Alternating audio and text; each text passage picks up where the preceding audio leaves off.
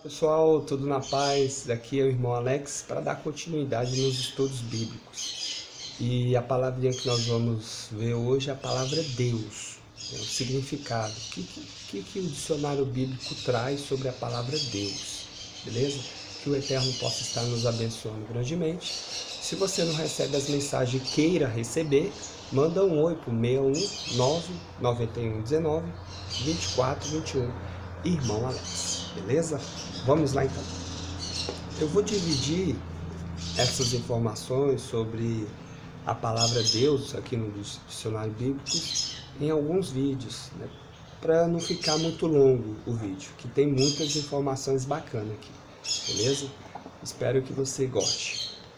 Então vamos lá. Deus. Nós estamos vendo aqui nesse dicionário bíblico. É um dicionário bíblico muito bom. Neste artigo, a exposição centraliza-se principalmente nos nomes de Deus, na Bíblia, beleza? Então vamos lá. Quando eu falasse, pessoal, Antigo Testamento, você tem que entender que é referente à Bíblia hebraica, né? É importante a gente conhecer os termos. Esse nome Antigo Testamento dá um entendimento errado de que aquilo não vale, que aquilo ali é passado, né? Antigo Testamento, aí Novo Testamento, né? Então são livros da Bíblia hebraica, né? São os livros que trazem informação do povo de Israel. É mais importante, né, a gente colocar o termo correto. Então vamos lá. No Antigo Testamento, a existência de um ser divino nunca é um problema. E não é necessário nenhum discurso ou demonstração a este respeito. Essa convicção Israel compartilhou com outros povos antigos, do Antigo Oriente Médio. A diferença entre Israel e esses povos concerne a identidade do ser divino. Não é sua realidade e existência. É mais exato falar de identidade do que de natureza. Ao mesmo tempo, um conceito da natureza do ser divino está implícito na linguagem e forma de pensamentos da Bíblia e se torna explícito na diferença entre o Deus de Israel e os deuses das nações. Por um lado, entre o Deus e o homem, por outro lado. Beleza? Vamos lá então. O termo Deus, no hebraico, para o ser divino, são El, Elohim e Eloá. O terceiro deste é relativamente raro e aparece mais frequentemente em poesias. Não há diferença de significado entre Elohá e os dois primeiros termos, né, que é o El e o termo mais comum para indicar divindade nas linguagens semitas. No acádio, Ilu, e no arábico, Ilaia, e etc.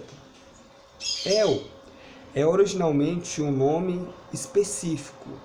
Um El é um membro da espécie divina, como um homem e um membro da espécie humana. Mas El aparece como nome pessoal do chefe do panteão de Ugarítico. Ele também parece, essa palavra El, ao chefe da divindade do panteão.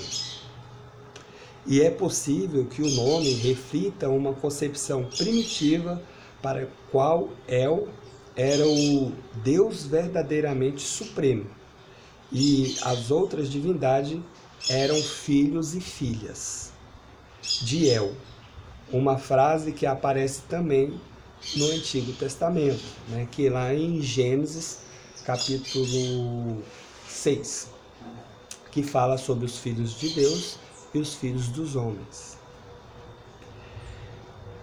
Elohim, ao contrário, não possui cognato conhecido em outras línguas semitas. O substantivo e plural, na forma, é frequentemente no sentido, mas também é usado em relação a um simples ser divino, tanto a respeito do Deus de Israel como de outros deuses. É impossível notar que o uso desses títulos reflete as crenças panteístas do antigo mundo semita. Os recursos linguísticos dos hebreus não eram suficientes para expressar a singular concepção israelita de ser divino, e foram necessários alguns circunlóquios para expressá-la. A etimologia não oferece pistas para o significado do radical El e Elohim. A maioria dos comentaristas e lexicográficos acredita que os termos designam poder, mas esta concepção é tirada do conceito de divindade, mais do que da etimologia. Então é interessante que alguns comentaristas eles atribuem como poder, essa palavra El, e Elohim. O poder é certamente um componente básico na concepção da divindade. Seu significado no uso, senão na etimologia, pode ser, de certo modo, percebido no uso bíblico desses termos, como objetivo ou apelativos. Disse que uma pessoa ou coisa é idêntica a El, a Elohim, ou pertence a El, a Elohim, por causa de algumas qualidades que a distingue do comum. Interessante. Então, tem umas passagens aqui que eu vou falar aqui, você anota e você vai lá ler depois. Eu li aqui, interessante, Então, de fato, tem algumas passagens que o poder, um exemplo, ele, quando coloca lá, que no caso seria El ou Elohim, aí foi traduzido por Deus, essa palavra Deus, que eles entendem como poder também.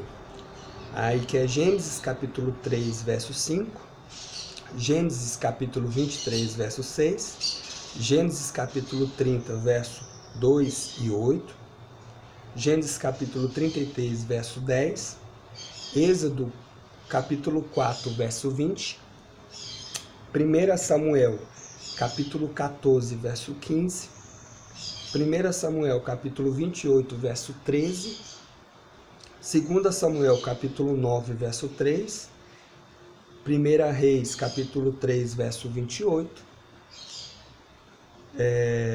Jonas capítulo 3, verso 3, Zacarias capítulo 12, verso 8.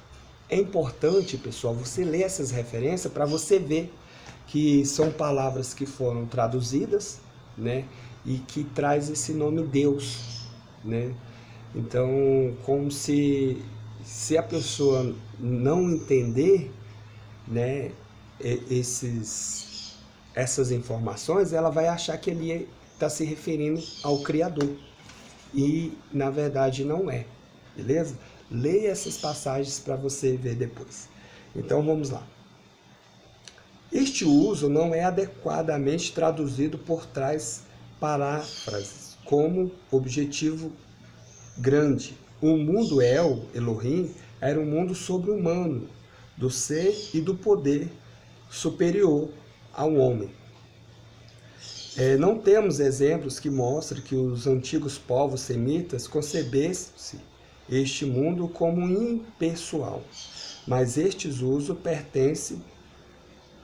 parecem sugerir que o mundo sobre-humano era mais extenso do que o mundo divino. Realmente, nenhuma linha rigorosa pode ser traçada entre o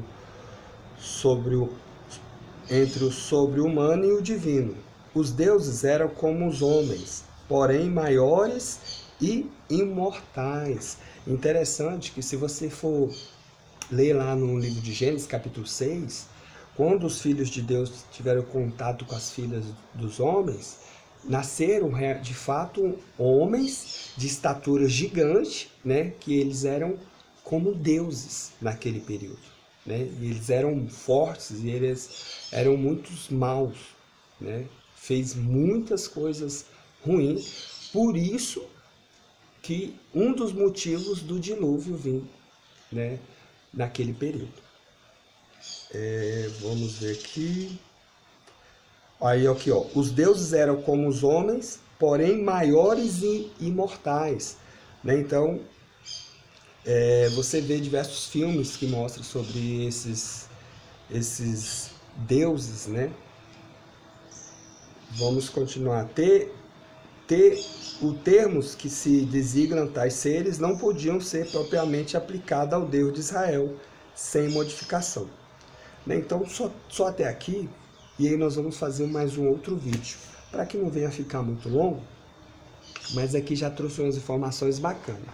Então, você começa a perceber que essa palavra ela foi traduzida, né? Tinha o Deus Supremo, né, que levou esse título, né, de Elohim, e também tinha os seus filhos, no caso seriam os anjos, né?